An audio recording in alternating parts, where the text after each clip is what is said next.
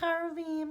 Since we can't be in school together, Nicole is going to read you some of Willy Wonka so that we can keep going and maybe get to the end by the time we get to your Siyum. So if you remember, we just finished chapter 24. So now we're in chapter 25, and we've lost Augustus Gloop, Violet Beauregard, and Veruca Salt. So we are going to read chapter 25, and I know a bunch of you have been very excited for what this chapter is going to be called because it's going to teach us about the Great Glass Elevator. And I promise you guys that if I'm not showing the pictures, that means there's no pictures on the page. So look, see? There's no real pictures. So I'm not going to hold up the book every time because it's a little hard to do. All right? I'm going to get started. Chapter 25, The Great Glass Elevator. I've never seen anything like it, cried Mr. Wonka. The children are disappearing like rabbits. But you mustn't worry about it. They'll all come out in the wash. Mr. Wonka looked at the little group that stood beside him in the corridor. There were only 2 children left now, Mike TV and Charlie Bucket. And there were 3 grown-ups, Mr. and Mrs. Mike TV and Grandpa Joe. Shall we move on? Mr. Wonka asked. Oh, yes, cried Grandpa Joe and Charlie both together. My feet are getting tired, said Mike TV. I want to watch television. If you're tired, then we better take the elevator, said Mr. Wonka. It's over here. Come on, in we go. He skipped across the passage to a pair of double doors. The doors slid open, and the 2 children and the grown-ups went in.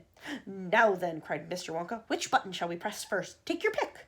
Charlie Bucket stared around him in astonishment. This was the craziest elevator he had ever seen. There were buttons everywhere. The walls and even the ceiling were covered all over with rows and rows and rows of small black push buttons. There must have been 1,000 of them on each wall and another 1,000 on the ceiling. And now Charlie noticed that every single button had a tiny printed label beside it telling you which room you would be taken to if you pressed it. This isn't just an ordinary up and down elevator, announced Mr. Wonka proudly. This elevator can go sideways and long ways and slant ways and other ways you can't even think of. It can visit any single room in the whole factory, no matter where it is. You simply press the button and zing, you're off. Fantastic, murmured Grandpa Joe.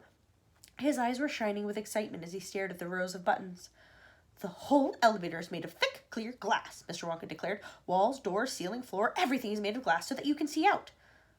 But there's nothing to see, said Mike TV. Choose a button, said Mr. Wonka. The 2 children may press 1 button each. So take your pick, hurry up. In every room, something delicious and wonderful is being made. Quickly, Charlie started reading some of the labels alongside the buttons. Here, I'm going to try and get this to work. So see, here we go. So the first one is the Rock Candy Mine, 10,000 feet deep, it said on one. Coconut ice skating rinks, it said on the other. Then strawberry juice water pistols, toffee apple trees for planting out in your garden, all sizes. Exploding sweets for your enemies, luminous lollies for eating in bed at night. Mint jubilees for the boy next door, and they'll give him green teeth for a month. Cavity-filling caramels, no more dentists. Stick jaw for talkative parents. Wriggle sweets that wriggle delightfully in your tummy after swallowing. And invisible chocolate bars for eating in class. Maybe we should sneak those in.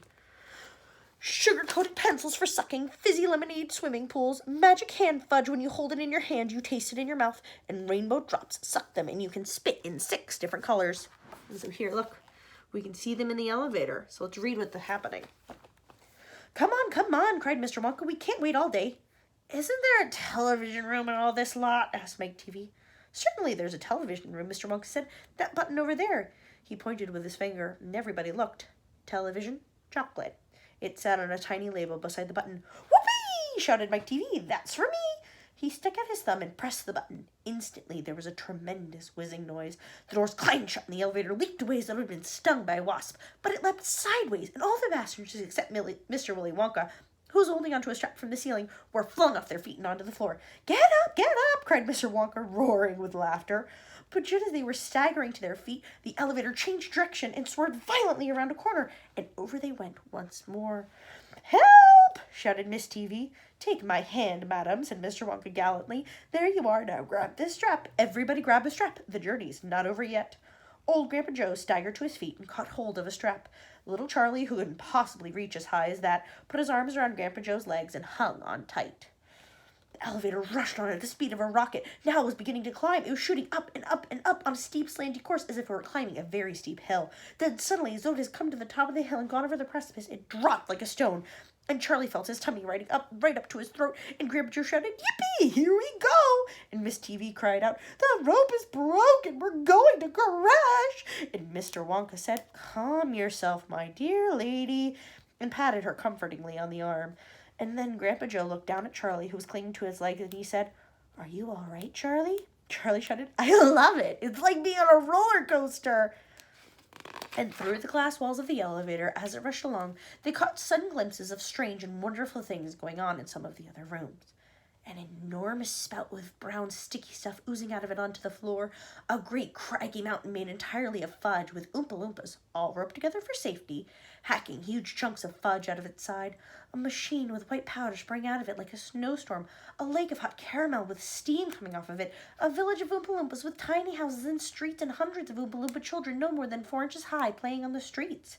And now the elevator began flattening out again, but it seemed to be going faster than ever, and Charlie could hear the scream of the wind outside as it hurtled forward, and it twisted, and it turned, and it went up, and it went down, and "I'm going to be sick," yelled Miss TV, turning green in the face. "Please don't be sick," said Mr. Wonka. "Try and stop me," said Miss TV. "Then you'd better take this," said Mr. Wonka, and he swept his magnificent black top hat off his head, held it out upside down in front of Mrs. TV's mouth. "Make this awful thing stop," ordered Mr. TV. "Can't do that," said Mr. Wonka. "It won't stop till we get there. I only hope no one's using the other elevator at this moment." "What other elevator?" screamed Mrs. TV. "The one that goes the opposite way on the same track as this one," said Mr. Wonka. "Holy mackerel," cried Mr. TV. "You mean we might have a collision?" "I've always been lucky so far," said Mr. Wonka. "Now I am going to be sick," yelled Mr. TV. No, said Mr. Wonka. "Not now. We're nearly there. Don't spoil my hat." The next moment there was a screaming of brakes and the elevator began to slow down. Then it stopped altogether. "Some ride," said Mr. TV, wiping his great sweaty face with a handkerchief. "Never again," gasped Mrs. TV. And then the doors of the elevator slid open and Mr. Wonka said, "Just a minute now. Listen to me. I want everyone to be careful in this room. This is dangerous stuff around in here, and you must not tamper with it." And that's the end of chapter 25.